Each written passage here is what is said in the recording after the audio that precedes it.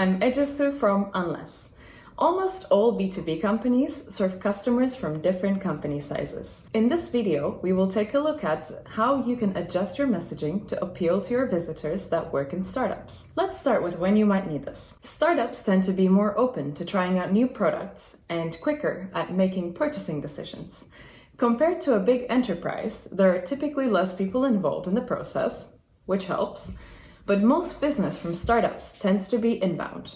So how do you make sure they convert? Well, we can help.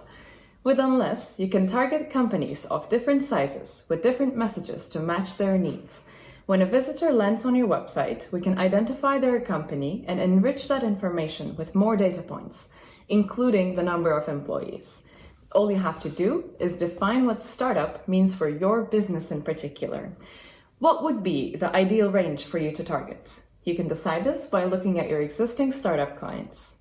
Then, let's take a look at what can be optimized on your website. Startups have very specific needs when it comes to buying products. They value ease of use and keep a close eye on costs. Most of the time, they run a tight ship, so they look for special pricing options and discounts. A trial period is preferred as they tend to be more agile at picking up new tools and like to dive into them immediately. So, you can start with a headline. Address startups directly. For instance, the preferred analytics tool for small businesses.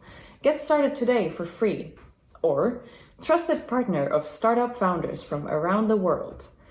Use the rest of the space to focus on USPs startups like to consider, such as usability, fast setup, an active community, and good user support. You can prioritize features that appeal to startups and use screenshots that show off your UX. And remember to include social proof that adds context. Startups often buy products based on recommendations they get from people in their network. Word of mouth plays a big role in the purchasing process. To appeal to this segment, you can show how other startups and scale-ups, especially those with brand recognition, use your product.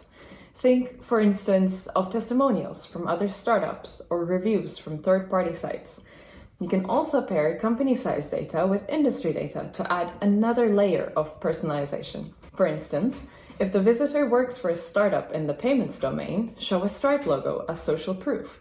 Make use of CTAs that drive conversions. As we mentioned earlier, startups tend to be quicker at making purchasing decisions, so your CTAs should be geared towards more hands-on buyers. For instance, get started, start free trial, or sign up. And to wrap it up, let's take a look at an example from a design software website. You are now looking at a generic homepage that is aimed at everyone. Let's see how this page could be optimized to appeal specifically to potential customers that work at startups. Now, there are headline changes for buyers in this segment, highlighting that it's a preferred design tool for this type of company. The CTA for startups is try now instead of learn more or book a demo, aiming to minimize friction in the purchasing process. Below the fold, they also showcase reviews from well-known startups.